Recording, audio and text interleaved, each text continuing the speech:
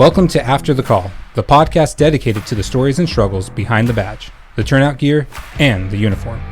Each week, we'll bring you a powerful conversations with first responders, mental health professionals, and advocates who are breaking the stigma, sharing their journeys, and offering real solutions. We'll talk about PTSD resilience, family impact, and the resources that can make a difference. Because the job doesn't just leave scars on the body, it affects the mind, the heart, and the people who serve alongside us. And no one should have to carry that burden alone. This is After the Call, where you'll find strength through resilience. Welcome to another episode of After the Call. I'm your host, Patrick, followed with my Veronica. co-host, our other co-host, and we have Jena from Toscano Farms. Hi. So I've been excited about this to talk to you about a bunch of different things, right? One, you are a big supporter of what we're doing. You're bringing a lot of really cool programs to offer for first responder stuff, but you have a knowledge that most don't understand when it comes to horses, what the horse does for you, what we can do with the horse, all the different things, right? Yes. So we have a lot of stuff to kind of dive into. I don't even know where to fucking start. Yeah. So you pick a starting point and just go with it. Okay.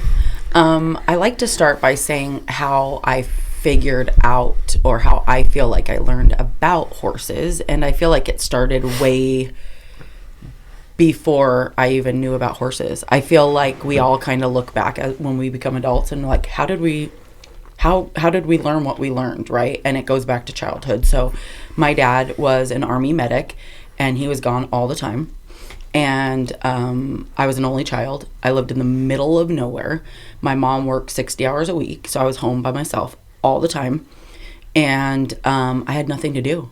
I was surrounded by hundreds of acres of desert, so I would go out with my dogs, go out, find animals, do things with animals, hang out. I just had to entertain myself. But looking back, and I mean, that was until I was almost 14 years old, so I really wasn't, that was my entertainment.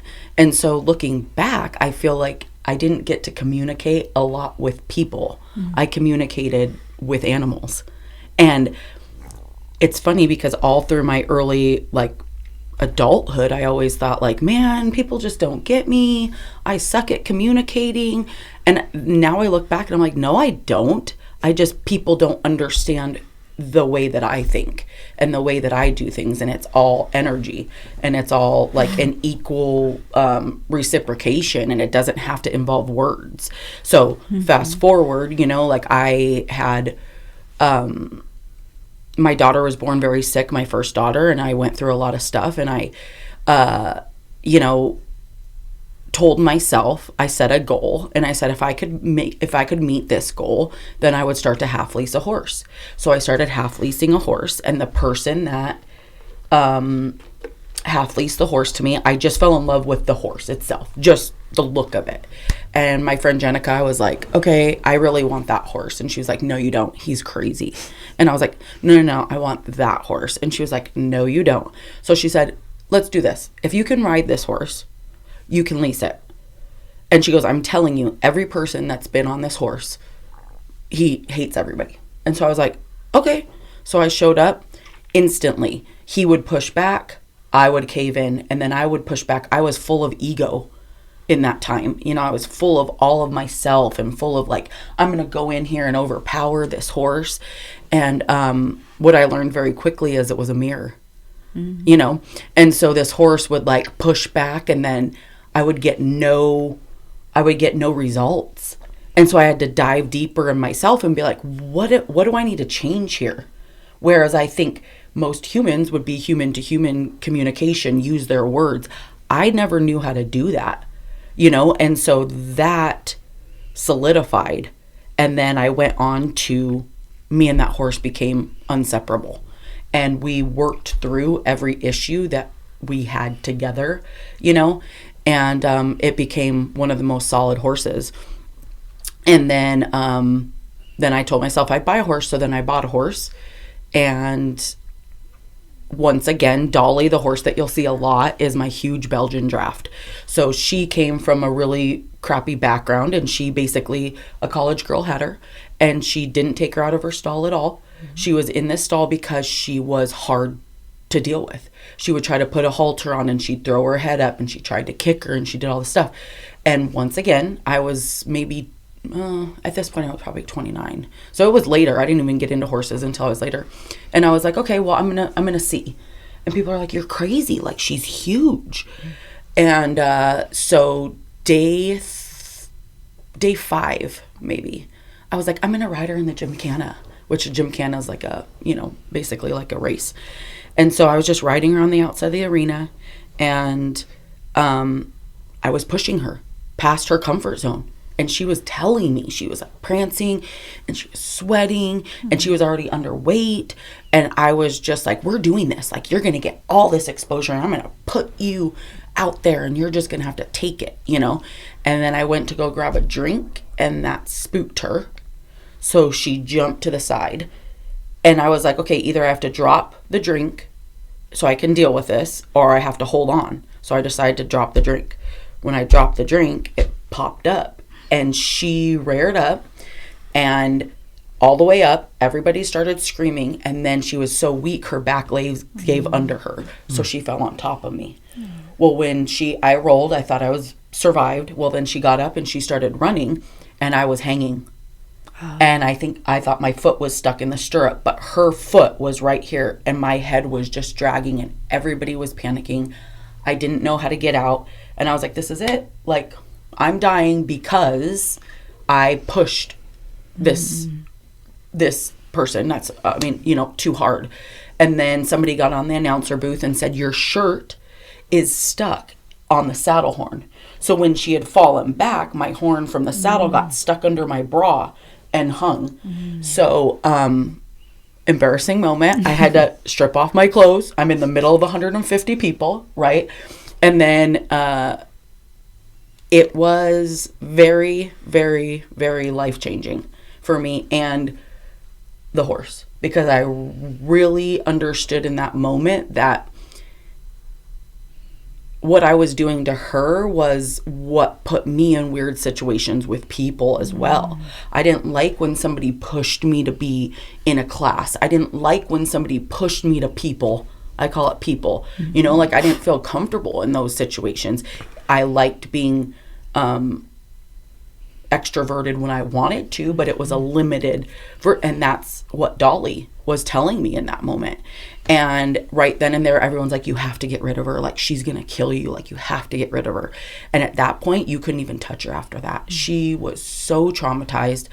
You could not get a saddle on her. And I thought about letting her go, and then I thought to myself, how many people have let me go? And how many people have given up on me because they didn't see me for like what I could give and who I actually was. And so that in that moment, everything changed. We worked together. She told me what she needed and I listened. And then when I had my rough moments, like we always were 100%, whether it be Dolly's giving me 80 and I have 20 today. And then the bad days that she was on, I would listen. And I would honor her in those moments. You know what I mean? And when we would yell at each other, we both took it, And so looking back, it's like, yeah, like a marriage. It really is. It literally is. And then every moment that you have that's crappy or, feels really rough, it's just like they talk about in relationships. And whether they're any type of relationship, it's about the recovery of that moment, right? It's like not sitting there sinking in that moment per se, but what are we going to work through it and recover through it? And so I feel like the majority of horsemanship is the recovery. What do you do in that recovery? What do you do in those moments? And we can take that and apply that anywhere. And now Dolly is I can say this with a full confidence, probably the most well-behaved horse in the freaking state. She, like, literally, you could have a newborn on her and I will tell her to stay and she will stay. And what I've noticed in that as well is learning there's different types of horses and different types of people, right? So this is all, it's just another way of looking at something like dogs or cats or, first responders or nurses or people that are similar that all kind of go together. It's like Dolly now looks to me for reassurance, and we have built such a connection and a wide variety of experiences that she'll look to me, and what I ask her to do, she'll do for me out of respect.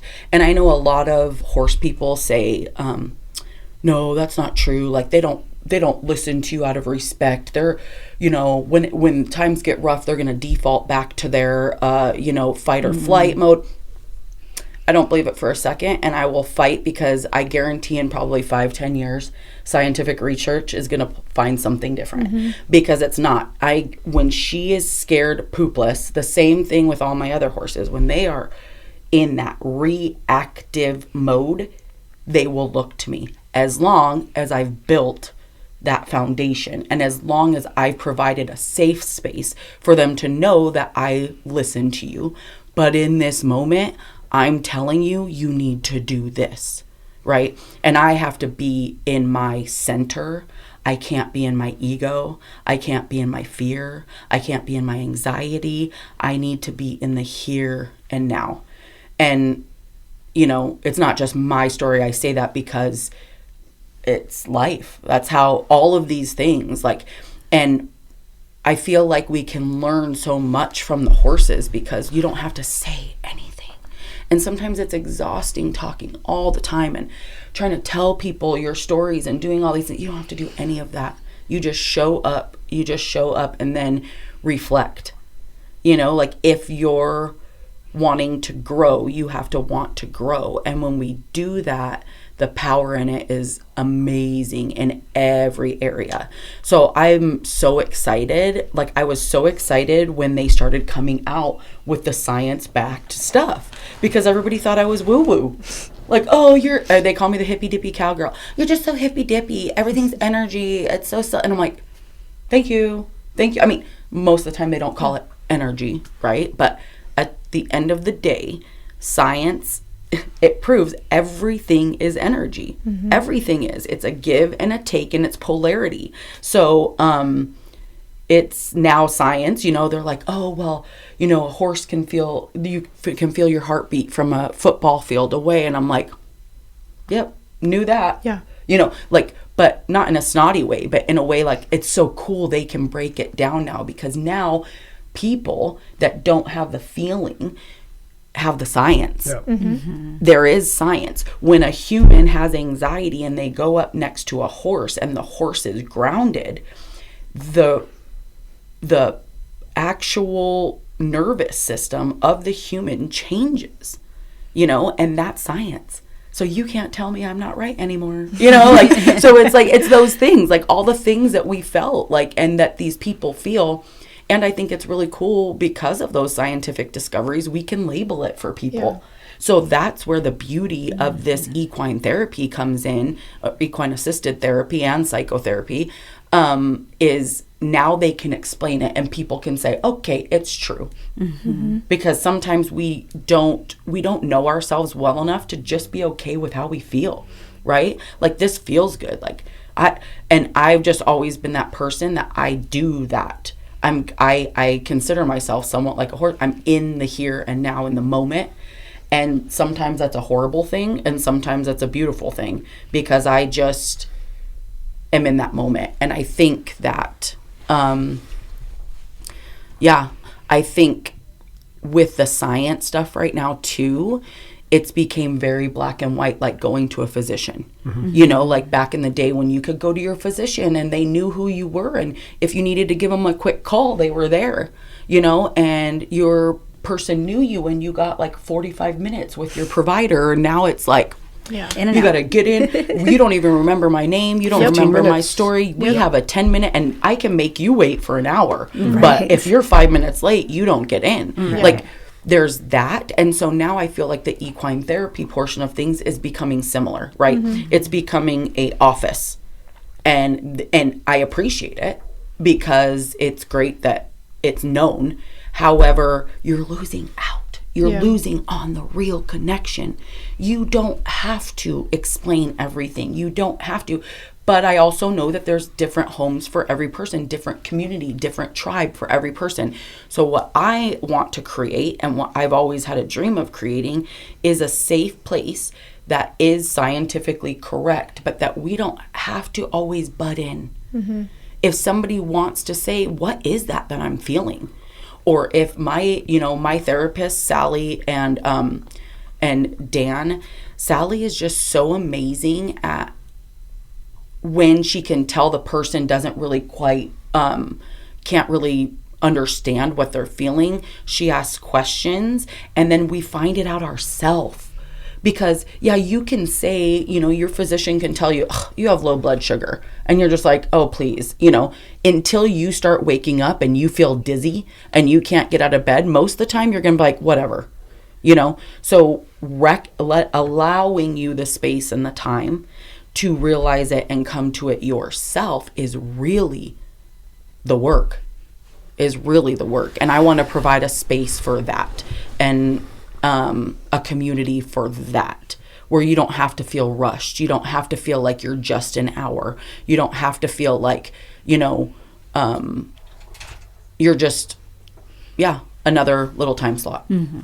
Well, before Tori got me in contact with you, we were talking about finding equine therapy for our group. Yeah. And most of the people that I was coming in contact with were like, you can come, groom the horse, do that. And I was like, there's got to be something more. And then the first time I talked to you, I was like, this is fucking crazy. So you take it to a whole new level because of the fact that, one, you have therapists there that are doing EMDR, brain spotting, the whole works. Yes. But it's not just, come to my horse, pet it, groom it, brush it, whatever. Like there's a deeper level that you're taking it to. Absolutely. To allow the magic to happen, which I think a lot of other people are failing at. Absolutely.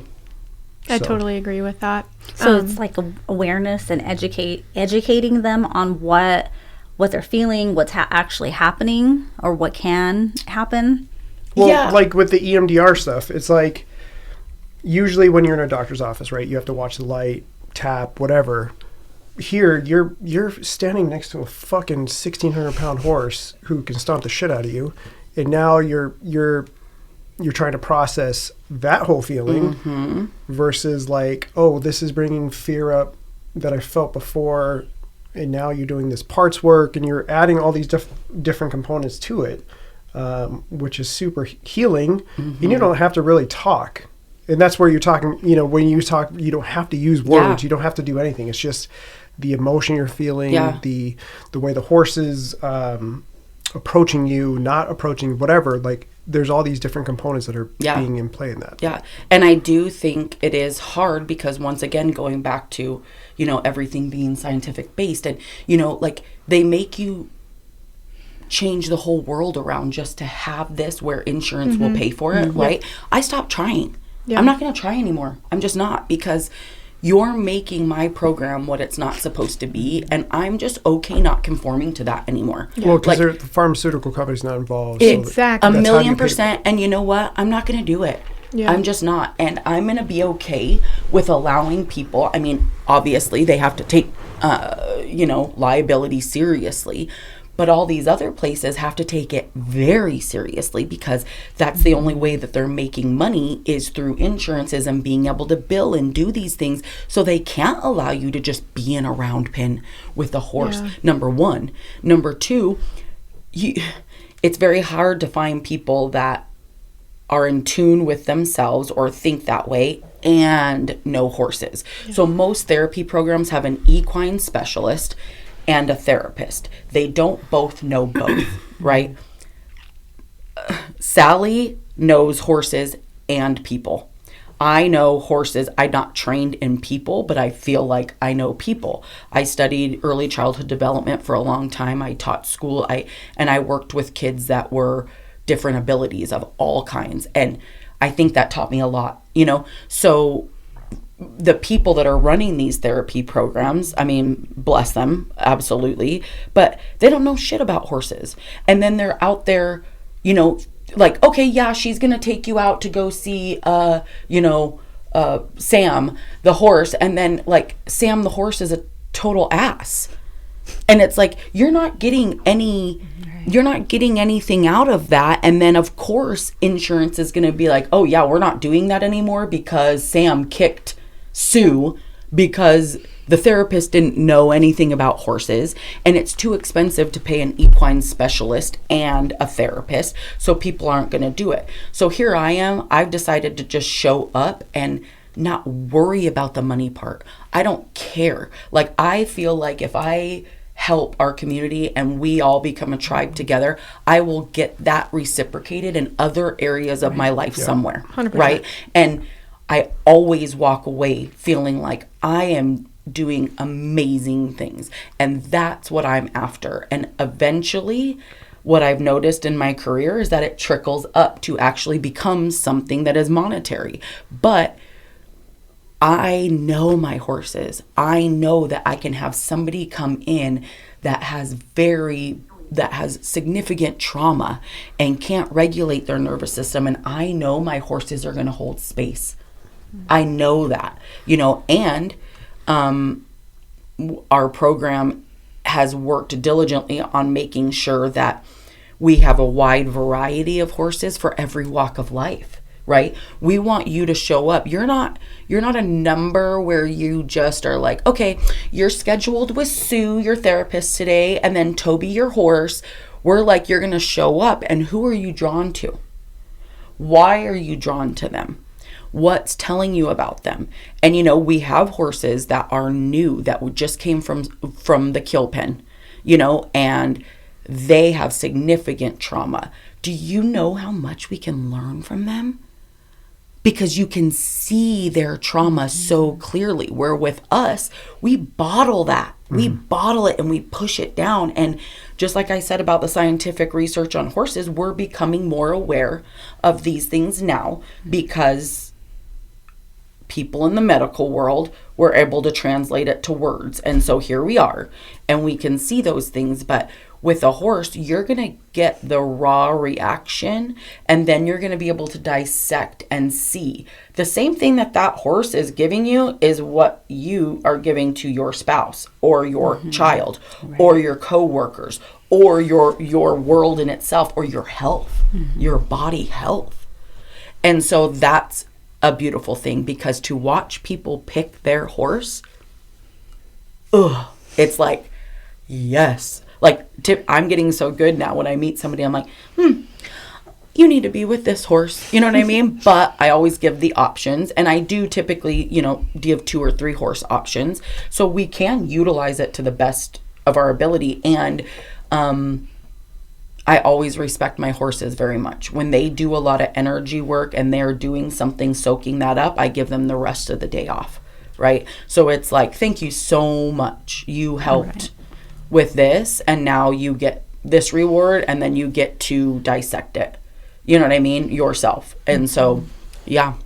So I have a question with that. So obviously I have a service dog. Yeah. And I notice when she is at a point of tapping out, what signs do the horse give you for that tap out, or like they're hitting their limit of stress? Yeah, so that's a really good question. I struggled with that for a while because it was hard for me to differentiate between physical tap out and a mental tap out with a horse, because, you know, a lot of the horses that people throw away, I'll take, because they might not be able to go show in a show ring of dressage and jump around. But you know what? When we're 40 years old and I ache every time I wake up in bed, do I want somebody to be like, you know what? You're in the nursing home, lady. Yeah. We're done with you. No. Like, then form the work around what you can do. Right? Like, so most of my horses, you know, will use some body language. So like disengaging their hind end. That when they disengage their hind end, that's kind of like a rebel act in the communication, verbiage. So like if I'm putting somebody on them and they're doing this the whole time and they're doing this, I can choose one of two things. I allow them to tap out, or this is them throwing a tantrum and I'm going to fix it. And I'm going to tell you that that's not acceptable and we're going to move on. But most of my like OG horses, all of my horses that are just know it, they will give me a look, and I just know they're just like, and I'm going to be completely honest here. Usually I feel the same way, right? Like sure. when you're in the room with somebody that you love and you want to help them and you can feel their energy, but then your cup is empty. Mm-hmm. I need to go home and reboot and take a little nap and come back to my life at a later date, right?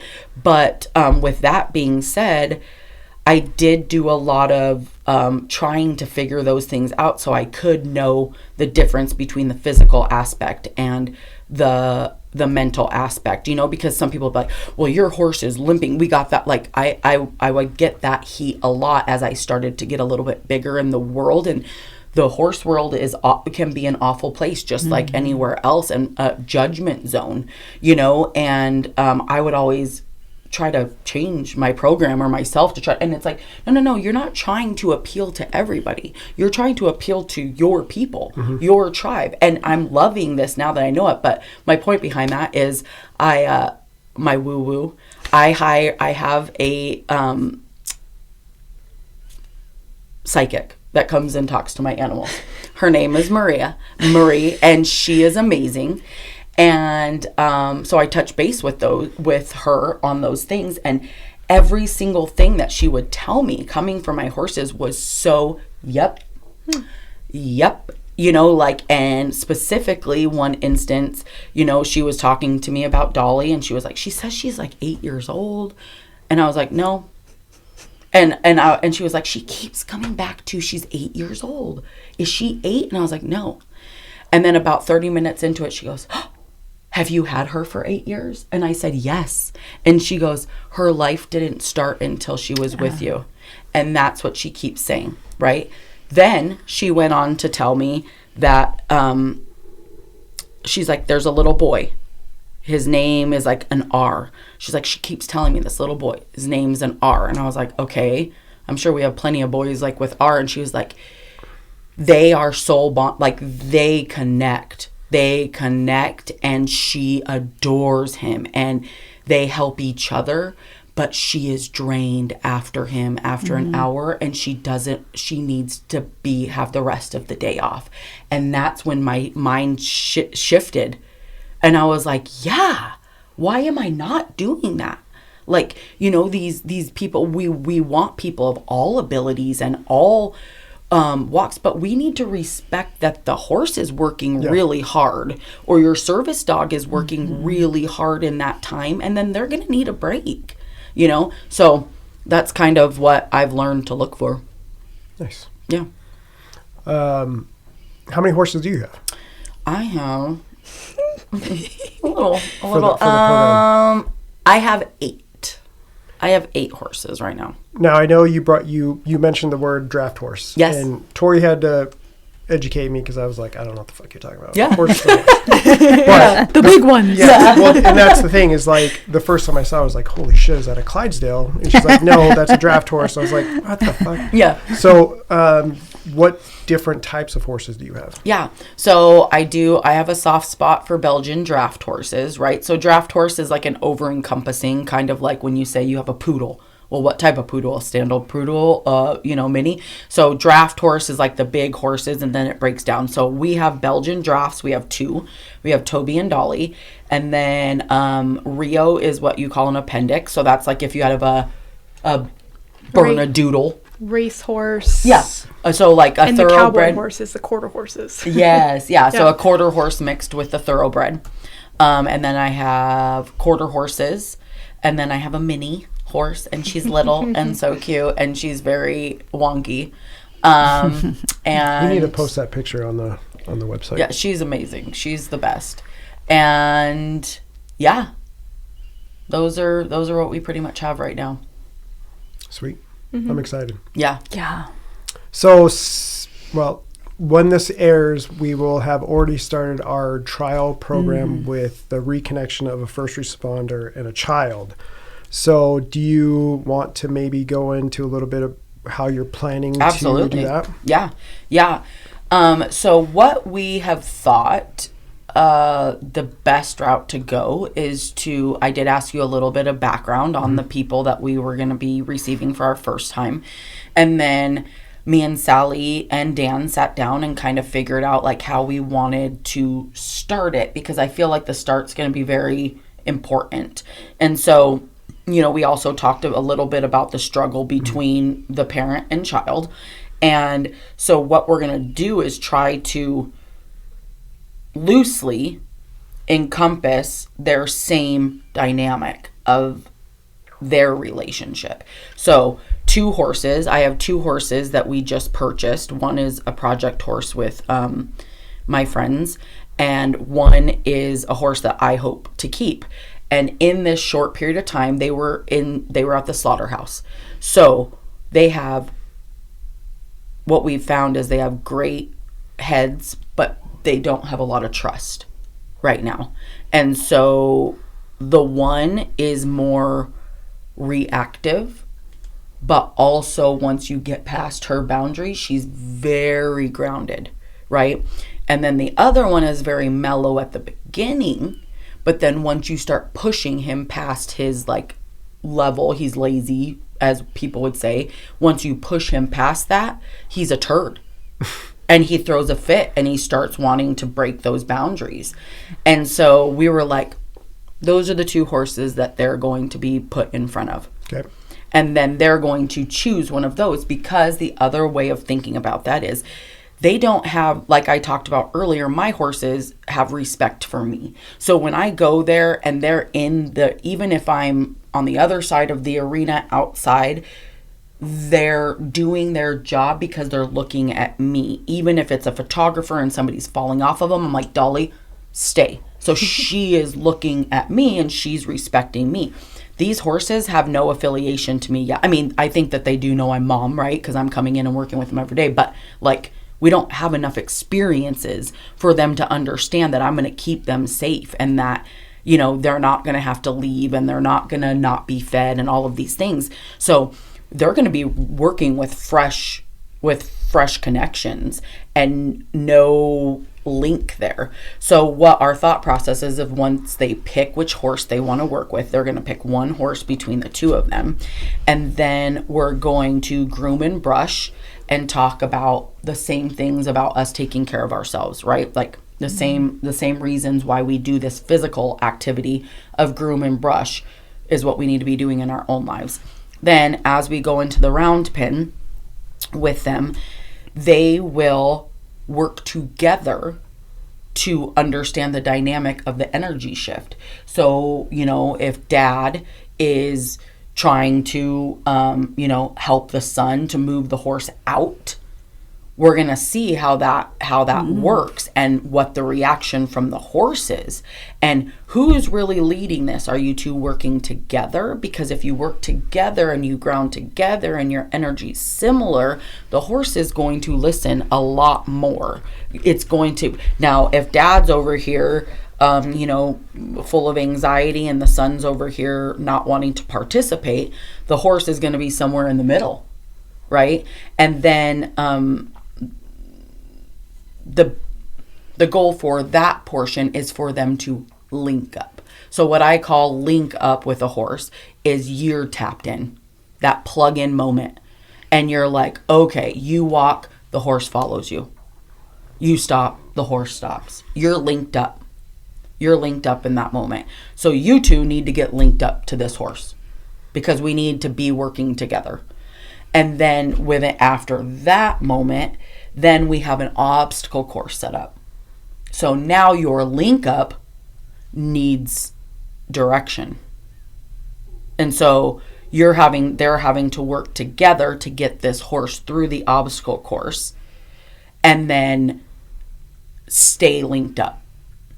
And I just think after that, reflecting on those moments with a therapist that can describe why those portions were hard, or in the moment when you get frustrated because your dad's pushing this way and you're this way and then you're annoyed.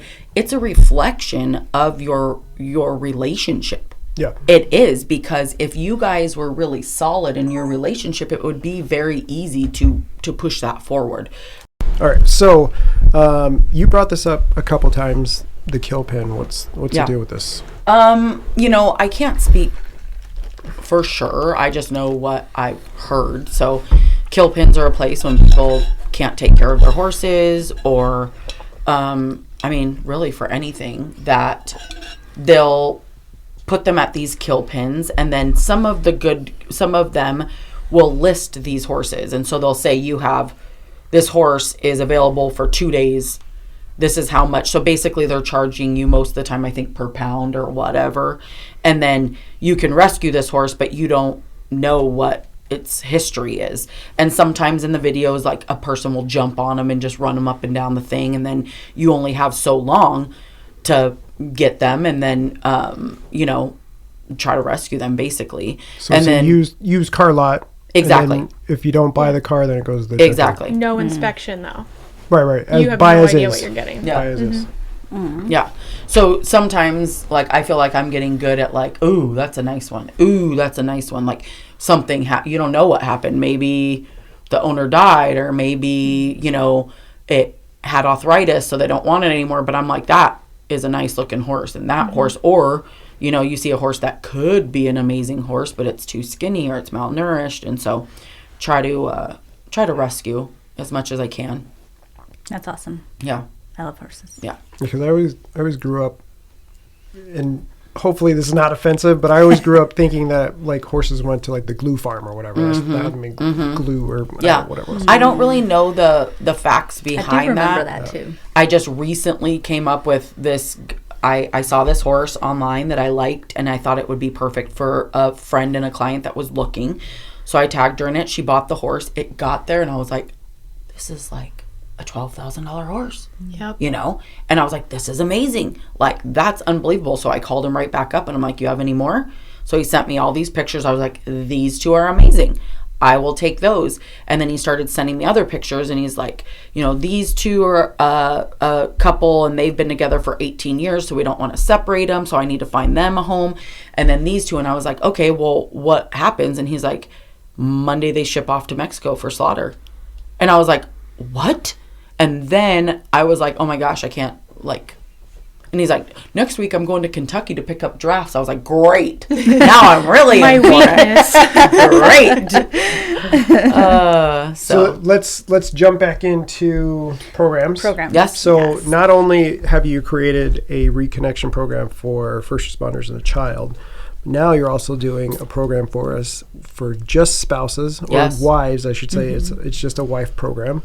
Of all first responders. Do you want to talk about that a little bit? Yeah, I would love to.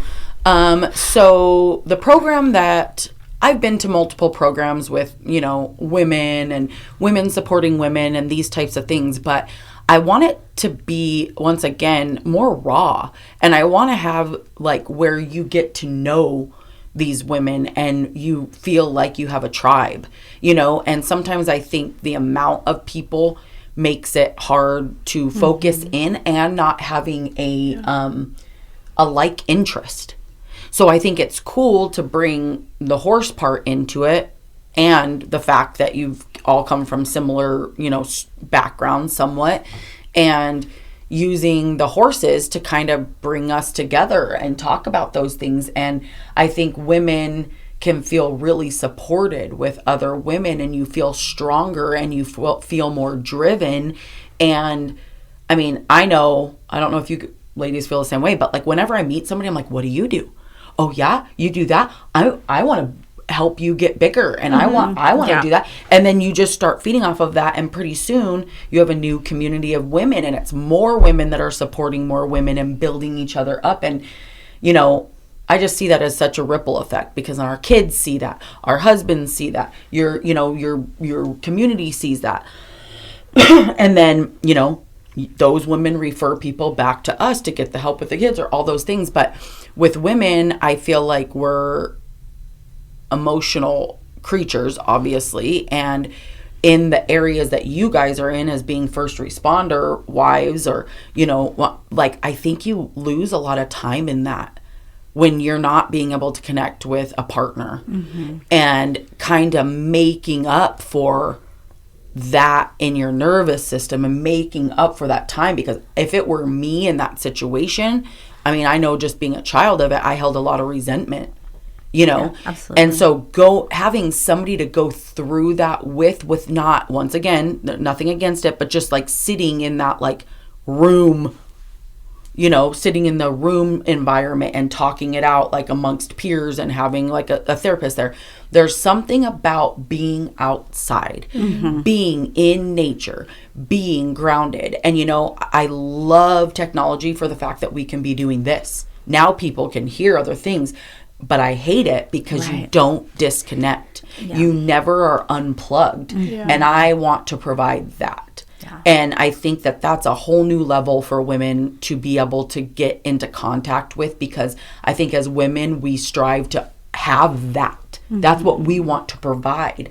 And in this day and age, we're battling that because we have to work and we have to do these other things. And so giving that opportunity and that safe place and the facility, I feel like is going to be such a big deal. Totally. And you hit on something, because as a first responder wife, and I would say, and I don't know other first responder careers, but I know like as a cop wife, there is a lot to be said for having to just maintain like that calm so that you don't set the bear off or whatever, you know, and it's like you can tell when they walk in if it's a good day or a bad day, and you're just like, okay, let's just let it be. Let's let it settle. And on the resentment side of it, you're like, why the fuck do we have to do this? Why can't they see that there's a problem and not create this situation? Yeah. That now we have to be the bigger person, you know? And so there is a lot that you're right, women, the wives lose because they're trying to maintain the peace and the calm and not create the bigger problem for the spouse also. You know, because there is the empathetic portion to that where you some can understand it and you are compassionate to it and you want to make it better for them, and in wanting to make it better and peaceful, you are losing out on a lot because you're spending so much time trying to create that safe space. Yeah, and I think what I've wanted to do most with that group is also just focus on them where they are now, right? And I don't mean this in any disrespect, but I think even in support groups and all these things, the basis is really about the person that was in the service, right? Like, so they're still the center. Right. They're still the center of this. And I'm not taking away from that, but like, let's just put into you. Right. Let's just put into the women. Yeah. And that is where you find it to be a safe place. It's cool to be able to go and talk your stuff out, but once it's always going to be coming back to what you were doing for them or what you lost because of them. Here and now. Yeah. Here and now. Be with the horse here and now. And then I think you work your way backwards on that. Okay, well now, you know, like I'm seeing what it's like. It feels so good to just be here and be able to not think about all that stuff. And then you can start building on that, you know? So like every day I wake up and I'm like, today is a brand new day. It's going to start. But you can't really do that until you learn that. And I think it's physical. And I think that nature is what does it. And I think it's very hard. I feel like nature's becoming the luxury. Yeah. Yeah. You know, I do. I think it's as simple as that. Life is simple. Yeah. We make it hard. And so now it's like, oh my gosh, you do this? And I'm like, you guys, people were doing this like forever. In the 1900s when they were like riding in wagons. You know what I mean? Like, remember Oregon Trail? That's some real shit. Like, you know, they weren't all driving Mercedes and Waymos. Isn't it funny how, like, back then horses were not luxury? Like, you're like, loser, you still ride a horse? I got a car. And now they're the luxury hobby. I'm like, it's crazy. It's crazy. I mean, I do feel like it's a luxury because I did work hard to get it, but absolutely. And I think the people I learned the most from are the old cowboys. Like the guy who owns the ranch that I have my stuff at, I actually just posted it this morning, right? So like most places you have to drag your arena. So you hook up this thing on the back of your tractor and it tills the, you know, or not tills, but like drags the arena and makes everything all nice. And this place does roping every day. And first of all, I love that because then I'm in there with just real cowboys. It's like I was so sick of just being with women that like have these groomers and then they just show up and just ride, and I'm just like, I'm not made for that, like, you know. And so I was like, oh, you drag every single day? And he was like, yep. And yesterday I walk out there, oh no, he hooks it up to the back of his horse. Wow. And his horse drags the whole thing, and he does it for all of his young horses. I was like, are you fucking kidding me? So do these horses have cakes, is what you're cakes. Yes, these horses have big cakes. Judy's. And I was like, oh my I feel God. like that's something a Zach would have come up with. Yeah. That's where his mind would go, obviously. Yeah, so I was like, and then I walked up to him, I'm like, Max, I don't know, he's probably 65, 70, something like that. I said, you're a badass. And he goes, Jena, this is just how we do. I've been doing this for, and I was like, okay, yep, yes, sir. Yeah. So just, but think about it. You can go, people think they're so badass because they go buy a $20,000 John Deere and hook up a $3,000. He literally just did the same thing in 2.5 minutes with a $5 pull, and now his horse is trained. Yeah. Dang. Work smarter, not harder. Amen. You know what I mean? Dang. But we have to find a way to make money, right? So like, let's develop some, and I get it, but at the same time, I'm like, yep, that's. But it comes back to just simple life, right? Yep. Yeah. And like, who do you know? Like all of my kids, all of my, lesson kiddos too. I'm like, get in there, load up the trailer, hook that trailer up. My daughter is just turned 17. She can back up a trailer. She can haul horses herself. That's awesome. She can put the hitch on, and like people look at me like I'm a bad mom, and I'm like, this is teaching her. She is not going to need help from anybody. Yep. And in that, it's not about just being like, oh, I'm a badass woman. It's about, that gives you the opportunity to focus on things that you really want to do and help other people when you have all the tools in your belt. Right. You know what I mean? Like, I don't have to go depending on somebody to hook up my trailer, you know? And I'm not saying it's a bad thing. It's just, it gives me more opportunities. Yeah. You know, and I think it does for kids too. And when the kids in our program, once they start getting old enough, I have them be in what we call a junior apprenticeship program. And they need to come help teach. Why do we do that? Because you learn more when you teach it. Yeah. And you have to communicate. And you have to be outside. And you have to be there. But once again, it's a luxury to be outside. So like when a kid takes an hour lesson a week, an hour a week is nothing. No. So like it's time consuming and monetarily consuming for me, but I'm like, drop them off. Yeah. Drop them off. Drop them off. Drop them off, because then they feel it, and you want them to be in the community. But how are you supposed to have a community? Same thing with the women, same thing with all of these programs that we're doing. How are you supposed to feel like you have a community in an hour? A week? Like, you know what I mean? Like, you can't. You just can't. So that's when we go back to scrolling our phones, finding a group online, finding a YouTube channel that all of a sudden you feel like you're a part of. Right. No, you need to be in that energetic field to feel that. You know? That's a good point. That's a really great point. Yeah. So, I mean, you're doing a lot for us. What can we do to help support you? I just want as much exposure. I want to be able to just share what I feel with other people. I think I see what it does to other people, and I just feel like we all need it, you know, and I want it to be just as known as, you know, a Banner Health, right? Yeah. I want it to be just as known that there's Banner Health and you have a holistic doctor. I want to be the holistic doctor. You know, I want to be like, yeah, that's awesome that you have this certified, you know, this, that you can show up and be at equine therapy and you're in this, and you know, every 15 minutes, this is the next thing that you're doing. You know, I want to be the woo-woo side of that, where you know that like what I'm going to say is coming from in here, and it's awesome that that's backed by science, but like I want people to know that we're a genuine community, and I feel like we can heal people with just being ourselves. I wouldn't even say it's woo-woo. I mean, if you're connecting. You're doing things that have been happening for hundreds of years. Yes. I mean, way back when, yeah, horses have always been involved in any transportation, any type of work, whatever. It's always been there. Yep. Whether or not there's science that proves it or not, I mean, yeah, it's worked. It's just hard because you want to get it out there. People don't know. And like women or men, older, like our age, why does it have to be for your kid? Right. It doesn't have to be for your kid. Yeah. It can be for you.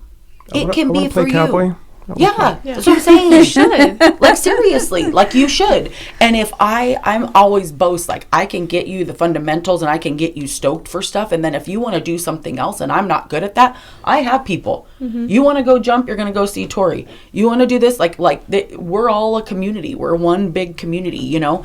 And I think the biggest thing too, I want people to know is to be authentic. Mm-hmm. Be authentic. And when you can show up at my facility and you work with our horses and you're just supported with just being you, I feel like that awakens a part of you. Yeah. Mm-hmm. Where then you always seek that. Yeah. Right? Yep. And we are all just working hard to just pay our bills and do our stuff, and we forget that that is the goal. And I refuse to let that be my life. Mm-hmm. I refuse. So it's not about money for me at all, because to be completely honest, I don't make shit. And so it's like, it's just putting it back in and seeing what you do for other people. And like I told you guys earlier, at some point it will come back to me. Yeah. At some point. You know what I mean? Like or it comes back to my child, or it comes back to that child, or it comes back, you know what I mean? Yeah. So, yeah. No, and we have you on all those social media platforms. Yes, I love that. We'll keep sharing as much as we can. And marketing is not my expertise, but it is Tori's, and I love that. I try, and I'm like, nope, need to just be with the horses. Yeah, that's my thing. Yes. I mean, it kind of sells itself, though. I mean, because even if you have a bad experience, I think with the horse, and I'll explain what I mean with that. Like, let's say you're not getting what you want out of the horse, right? So you're going to chalk it up like this fucked up day. Yeah.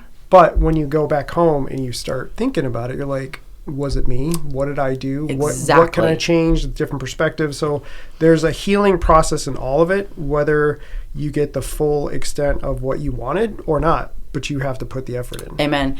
And something that I like to say that stands out about my program is when you sign up for even lessons with me, you get a writing journal. This writing journal, I don't care if you're an adult, it is perfect. It shows what you felt good about, what you didn't feel good about, what your goal was, how you felt afterwards, what hurt in your body, what hurt in your soul, what hurt and then we give them the option of sharing that the next time they come back with their coach, right? Because now you're talking about your feelings, you're having to put it into words, but also we can see where we can fix some things. We can see what you want to work on, and we can do those things. And that's different. That's not riding programs. Like, I see these riding programs that there's one instructor to 15 kids out there riding, and that's just that. They're just a number, and it's just like, you want to dive in, like you were saying, and see where that was. And then the next time you come back, you fixed your seat. All of a sudden, your horse is able to lope. I know. Do you know what I mean? Like, you did that. You did that. And in the Western world, I'm trying to create a dent of having the same. In English world, there's a lot of processes, right? Like, what do you call those? I was about to say POS. That's a piece of shit.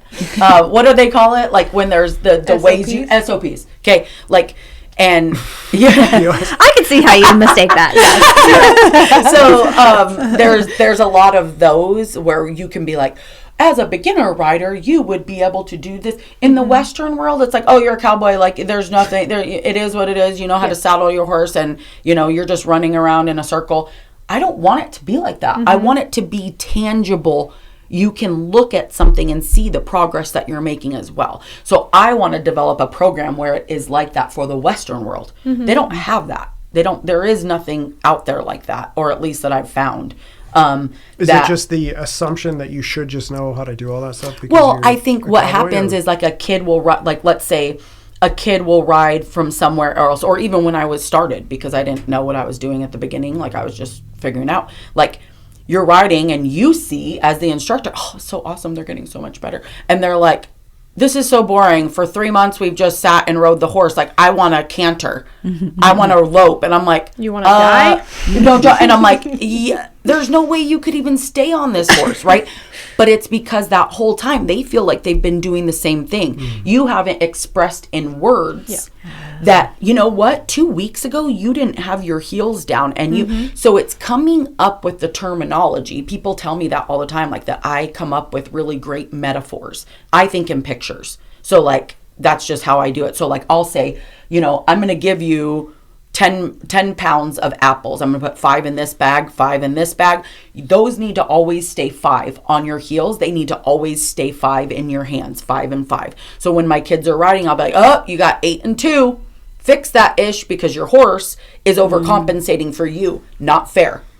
Fix it. So your horse can do their job and you do your job, right? So coming up with those like those things, it creates where you can see, well, look, 2 weeks ago, you were constantly riding with 8 and 2.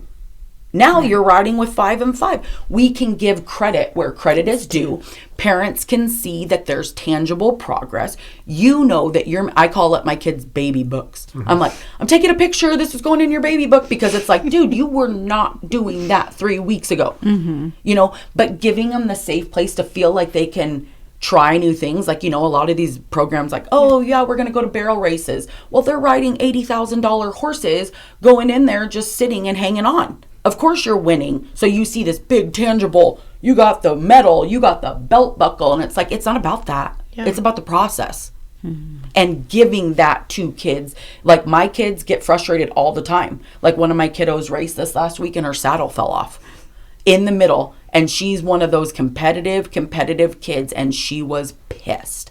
And I'm like, happens. Yeah. Work through this.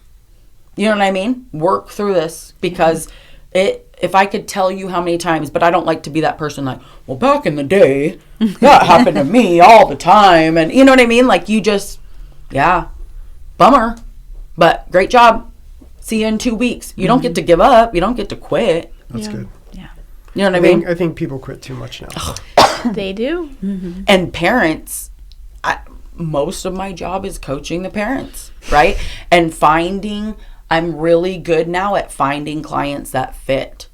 I know, and I don't need any more clients. I mean, obviously you want all the clients, but you know, is this a good fit for you? You're not going to come in and tell me I'm the professional here. Right. And if you're picking my service, then it's my service, right? And being okay with that. And you realizing like your kid is basically becoming a part of my family, you know, and they're like a kiddo, but they're going to be doing all the same things that all my other kiddos are doing. So they can feel like so, you know, like you don't get to come in and be like, well, I thought they'd be cantering after 5 weeks. Well, wrong program. You know, like that to me, like you can go, I'll point you to a program that provides that. Right. So I'll point you to a program that your first lesson, you don't even have to saddle your horse. You show up, you sit on it. The horse is a $75,000 barrel horse. You get on it, you run barrels and you win. That's what you want. That's what you pay for. That's what you get, you know, and, there's nothing wrong with it. It's just, you're not learning anything in that process. You're just learning to win. Right. And parents like that because they want to see their money turning into something tangible. Spare me. And they're losing all those life lessons and experiences along the way. Yeah. So most of my time I'm like, this happens, you know, and like that parent was kind of upset, you know, and like, well, we need to be checking. Yes. Yeah. Well, life. Well, I mean, the analogy, you need to pick up shit in order to realize what's good out there. Yeah. Good point. Yeah. And I think I always tell my kids too, y'all complain about, like, you know, Rio's stubborn. Well, he wouldn't get away from, he just kept trying to eat the bush. Well, what were you doing? Like, are you doing something to stop him? Like, that is part of it. Mm-hmm. I don't pay people $60 to jump on my horse and tune them up. Fix it. Mm-hmm. You know, so if you can't control the horse, if you can't get in my Porsche, I say this constantly, don't ride my Porsche if you can't drive it.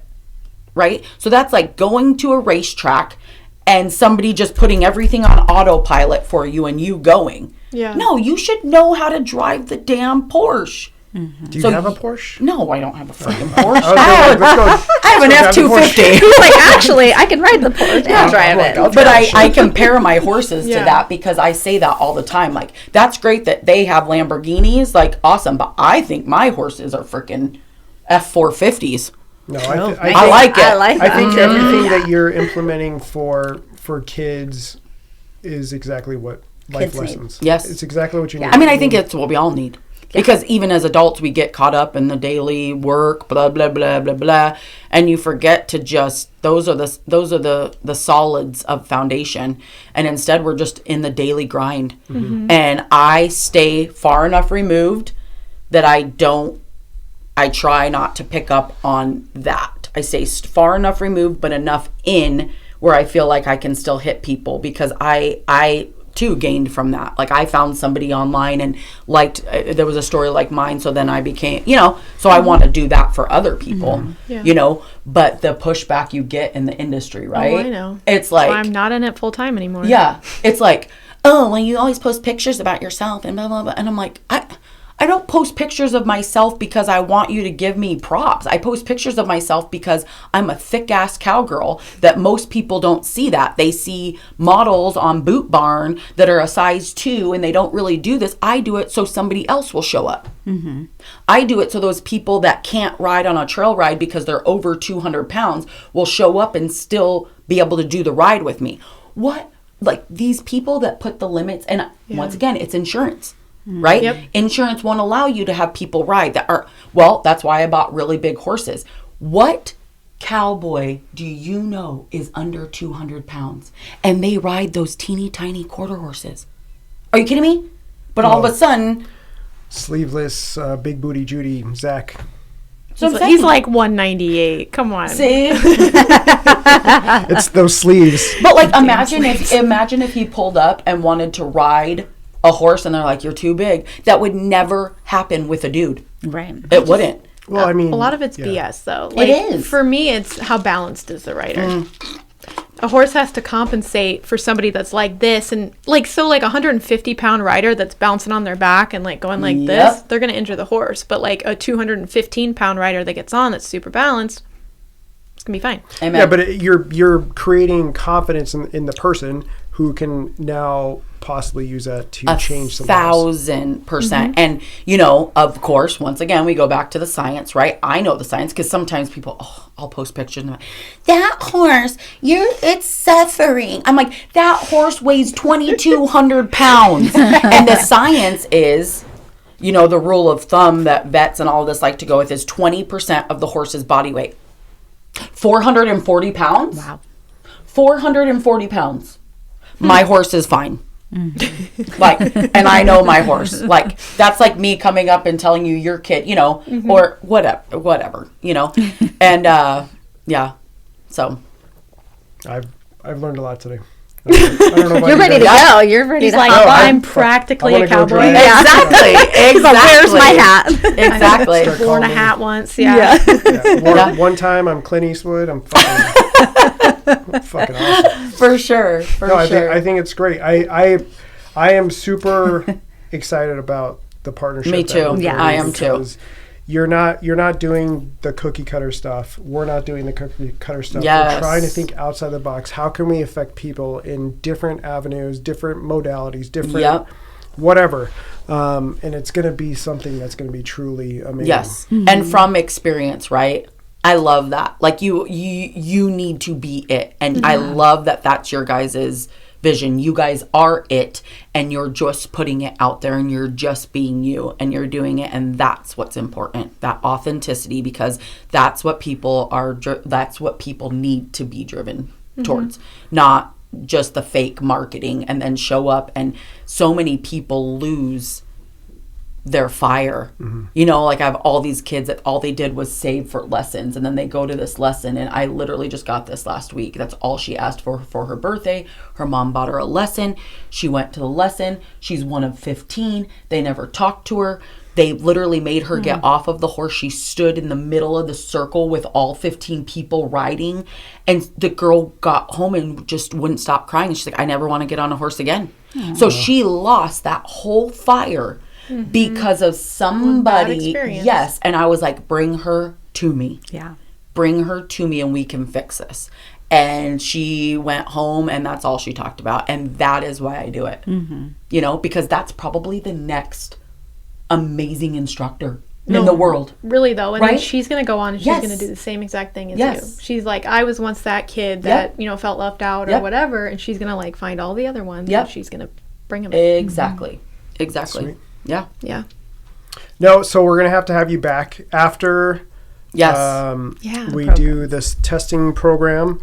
We'll have you bring Sally. Perfect. So she can give her perspective on it. Exactly. And then hopefully we'll come up with some new ideas, new projects, new whatevers. Yeah, for sure. Yeah, I think it's super cool. Yes.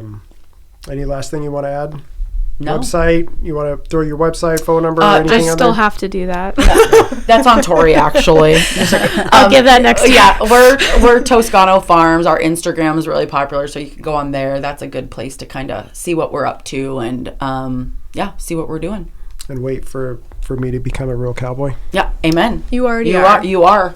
You already are. It's in the heart. It's in the heart. It's in the heart, Patrick. Yes. All right, cool. All right, Awesome. Then we'll see you guys on the next episode. Thanks for hanging out with us. Well, and I also just really want to say thank you. Like, thank you so much. What you were doing for us and the people and like the women that have reached out, they're like in disbelief. Aren't we like almost full or full at this point? And they're like just they can't even believe the opportunity. And I'm super appreciative for what you were doing, of course, for us and our first responders, because I think it's going to be so impactful. And you're not impacting just the first responder, you're impacting their entire family. Yeah. And they have that opportunity. Well, and thanks Tori, because Tori was the one that put us together. And I think she kind of knew, and it was just so, because I've tried this time and time again to work with other, people, and I think we were just very authentic when we first met. And you guys were like, what can I do for you? And I was like, here's what I can do for you, and I need your help, the marketing and the doing it, and you guys just did it.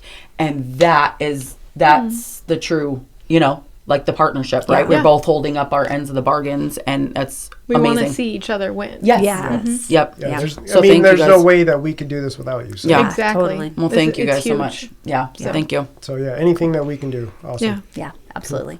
Awesome. All right. Thanks, guys. Yeah.